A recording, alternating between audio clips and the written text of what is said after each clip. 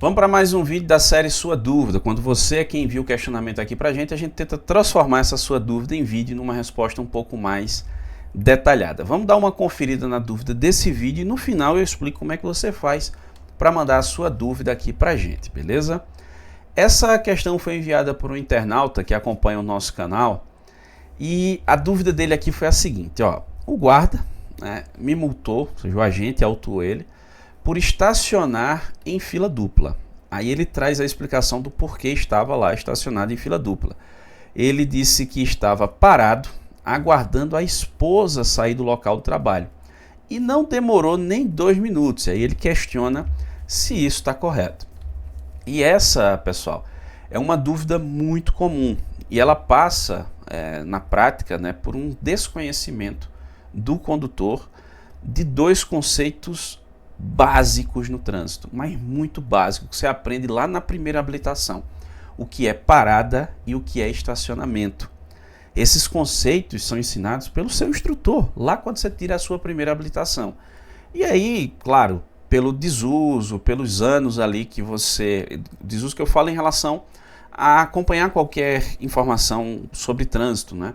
E também com o passar dos anos, você tirou a habilitação faz 5, 6, 8, 10, 15 anos, e aí aquelas informações realmente elas vão saindo da mente, né?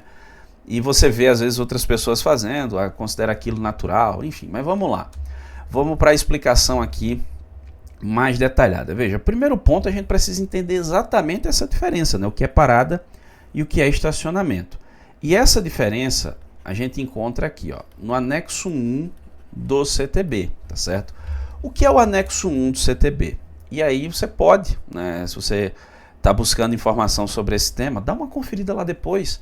Tem alguns conceitos importantes que podem te ajudar no dia a dia. O anexo 1 do CTB, ele traz os conceitos e definições, é uma espécie de dicionário do CTB para ele mesmo. E lá nesse anexo 1 a gente tem exatamente esses conceitos aqui que a gente vai precisar. Então, o que é parada? Veja, a parada nada mais é do que a imobilização do veículo, tá certo? A imobilização do veículo pelo tempo estritamente necessário,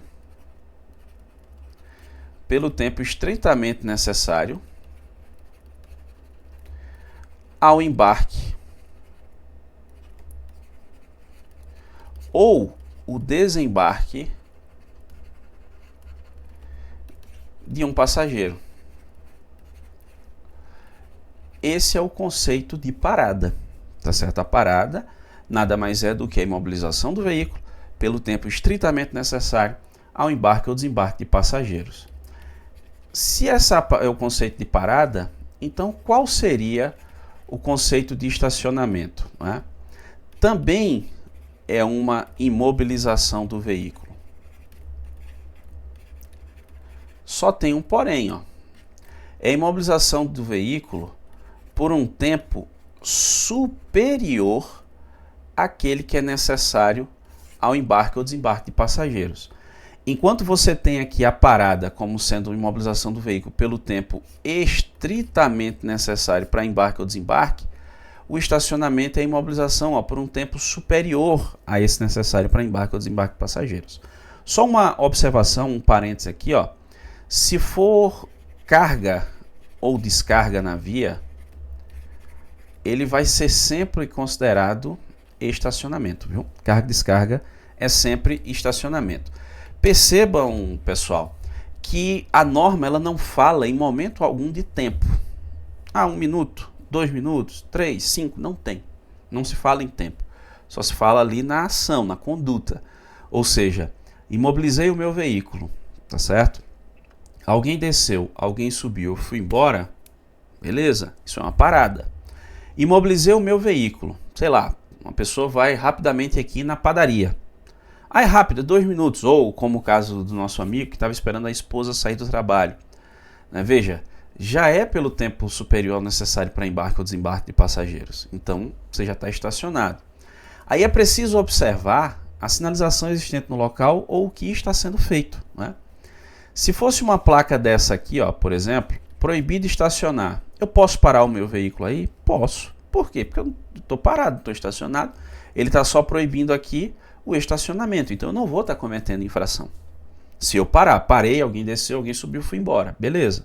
Eu não poderia nem mesmo parar se tivéssemos essa sinalização, proibido a parada e o estacionamento.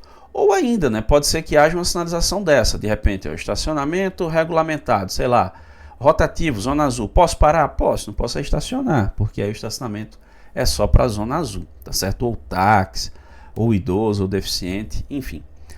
No caso do nosso amigo aqui, ó, ele estacionou em fila dupla. Em fila dupla, né? É uma situação aqui que não precisa de placa para caracterizar a infração de estacionamento, né? Não precisa. E perceba que ele ainda fala em parada, né? Significa dizer que ele disse que era só para embarque, mas não é, não demorou nem 2 minutos. Então, bom, se ele demorou ali, foi além do tempo necessário para embarque ou desembarque, então realmente é estacionamento. Só que estacionar em fila dupla é infração. E o detalhe, gente, não precisa de placa para caracterizar essa infração. Nós temos as situações em que a infração só existe quando tem sinalização de regulamentação, como nesses exemplos que eu trouxe aqui, mas o Código de Trânsito Brasileiro ele traz de forma expressa para a gente algumas situações em que é infração o estacionamento, independentemente da existência de sinalização existente no local. Ó. Fila dupla é um caso, estacionar na esquina é outro, estacionar em ponto de ônibus vai ter, né? A não ser que tenha só o abrigo, mas estacionar ao lado ou sob o canteiro central. Então perceba, ó, nem toda situação, estacionar no passeio, contramão, nem toda situação precisa de placa para proibir o estacionamento. Nesse caso aqui é um exemplo disso. Essa infração de estacionar em fila dupla, ela está prevista aqui no artigo 181 do CTB, em seu inciso 11. E essa é uma infração de natureza grave. São 5 pontos no prontuário, uma multa de R$ 195,23 e ainda, como medida administrativa, a remoção do veículo, que nesse exemplo especificamente não vai acontecer, porque como ele está no veículo, a gente vai determinar que ele retire o veículo do local. Só se ele se recusasse é que haveria a remoção, ou se ele não estivesse presente é que haveria a remoção. Então houve a infração, porque ele de fato estacionou em fila dupla. E se ao invés de estacionar ele tivesse parado? Olha lá, vamos ampliando aqui. E se ele tivesse parado, a esposa já estivesse na porta, não tivesse nem demorado 2 minutos, ela veio, entrou, ele saiu. É infração? Sim. Por quê? Porque ele parou a mais de 1 metro do meio-fio, né? Parou em fila dupla. Aí a infração aqui, ela ocorreria no artigo 182 do CTB, em seu inciso 3, não é? Por parar na fila dupla, que aí é a infração média, 4 pontos no prontuário, e uma multa de R$ 130,16, porque ele parou muito distante do meio-fio. Ah, mas qual o problema nisso? Cara, o problema é que essa parada, por mais rápida que seja, alguém vai ter que abrir a porta para entrar e tudo mais, e ele vai mobilizar uma faixa de trânsito. Ele causa prejuízo à fluidez, consequentemente à segurança, já que veículos vão ter que desviar dele, indo para outra faixa, pode haver algum tipo de colisão, enfim, perceba que foi criada toda uma situação de risco. E estacionar é pior ainda. O veículo está ali estacionado, o cara vai lá, tem que desviar dele, ele causou um prejuízo à livre circulação, e não pode causar prejuízo à livre circulação. Ah, mas é rápido, cara, não pode, está na lei, não pode, simples assim, né? Outro ponto aqui que às vezes acontece, o cara estaciona em fila dupla, aí o que ele faz? Ele liga o alerta, como se o pisca-alerta tornasse o veículo invisível ou desse uma permissão para ele estacionar daquela forma. E na realidade, no CTB, né, nós temos lá no artigo 40, o inciso 5, as hipóteses de utilização do pisca-alerta, que é imobilização, situação de emergência ou quando a regulamentação da via terminar. Ah, veja, o texto da lei fala em imobilização. Imobilização por um motivo justificável, um problema no veículo, um sinistro de trânsito, e não para justificar o cometimento de uma infração.